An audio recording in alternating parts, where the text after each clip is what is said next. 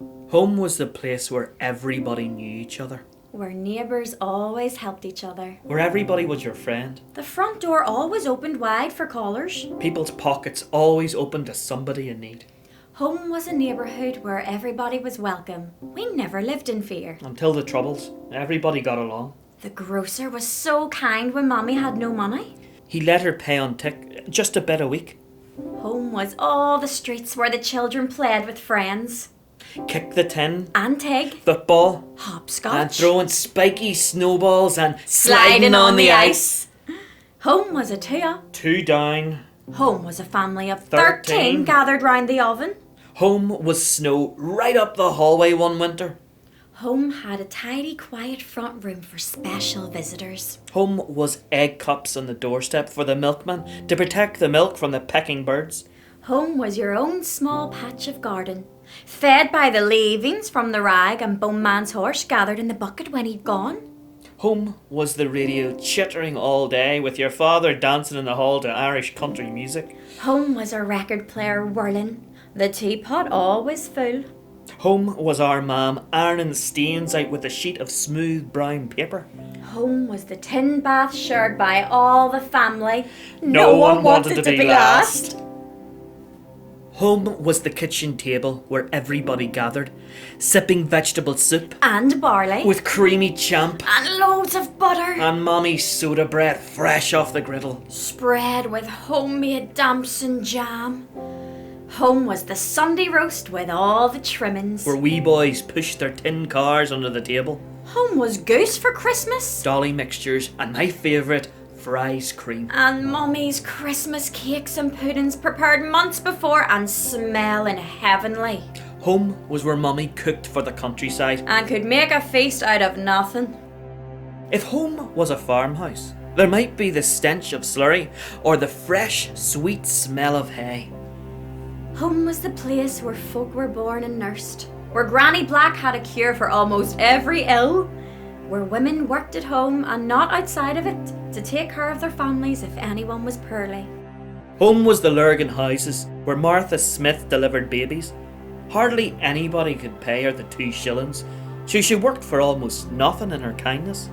Home was the houses in Tandragee, where the nurse in her smart uniform went round the place with horse and cart, visiting the elderly and sick. And when her work was done, she called in at the pub to drag her drunken brother, who always spent too long there. They dumped him on the cart so that she could take him home. His long legs dangling off the cart edge as the horse tail swished between them. Home was the place where everybody knew each other. Where neighbours always helped each other. Where everybody was your friend. For a country girl from Points Pass, home in my heart has never changed, and also never will.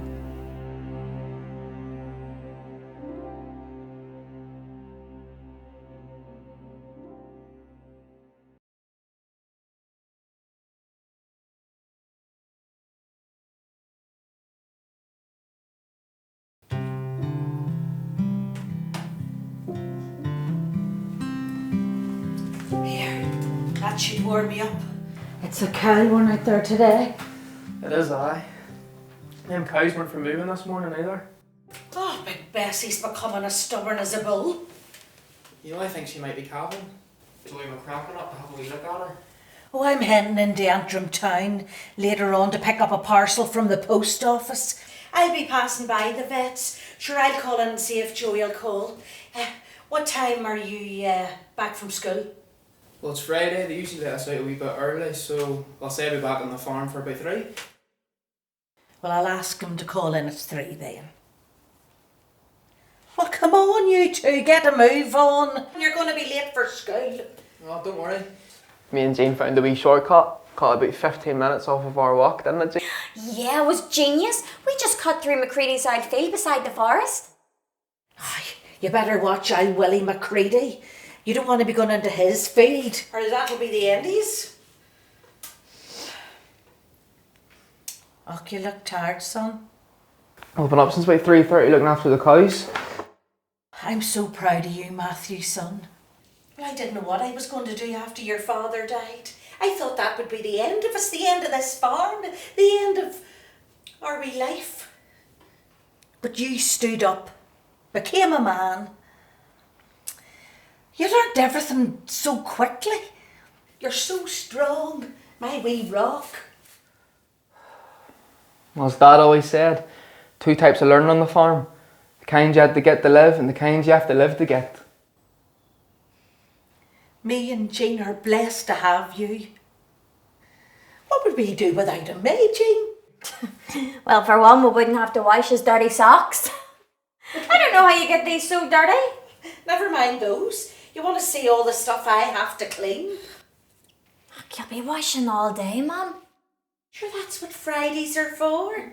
Nothing a bit of elbow grease won't shift. Oh, here, Mum. Remember, you'll have to bake some bread for Uncle Bob's threshing party on Saturday night.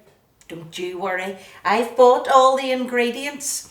And Jean's going to help me with the bake whenever she gets home from school.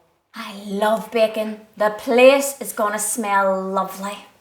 Oh, it's going to be some fun on Saturday. You can't beat threshing day to put a smile on your face. We'll all be working hard together, sorting out the grain from the straw. We'll be working and singing, dreaming of all the buns and cakes and bread that we're going to make out of the wheat whenever we grind it into flour. Are the cousins coming down from Ballymena to help us? Certainly they are. It'll be all hands on deck to get the job done. Do you think we'll have the threshing finished by Saturday night in time for the party? Oh, we should do. I think the McCourt boys are coming down to help us as well. The party is the best bit. Oh, it'll be no problem. Oh, I love threshing day, bringing the whole community together. Yeah, I was thinking, Mum, maybe we should use some of the money Dad left us to buy ourselves a wee portable threshing machine. We saw one at the Balmoral show last year. Me and Dad talked about it all the way home. Sure, we've only a few acres, Matthew. What use would we have for a threshing machine? Be a waste of money. Oh no, Mum, you want to see this thing? Harry Ferguson sells them at the show, and they're the pride of the place in the middle of the tractors. You see, if we bought one, we could rent it out to Uncle Bob and all the neighbours. Everyone else could use it on threshing day. It'd pay for itself in no time. Do you know who you remind me of? Your great-granddad Geordie. He was a forward-thinking man like you. He bought this farm from the government in 1885. He was always looking forward. He thought that you had to own your own farm, your own home. But before that it was just renting. He was a proud Ulsterman, as proud as the day is long. I'll speak to Harry when I'm in Ballymena next week. Oh, well, when you're in Ballymena town, will you call into the wee hardware store on Mill Street and see if they've any more paint for the fences? Well, I think it's still closed at the minute. Sure, there was a flood last week. It was something to do with the guttering from the shop next door. Oh, don't be telling me that. That was a great wee place. Had everything. Yeah, apparently it took him to 12 midnight to clean up a mess. Lost a load of stock, they say. Well, if you're passing by, maybe you'll pick up a wee bargain. Water damage stock. Well, come on. Yous may get moving. Or there'll be no shortcut that'll save you from Master Crombie's cane. Grab your bag, Jean, come on.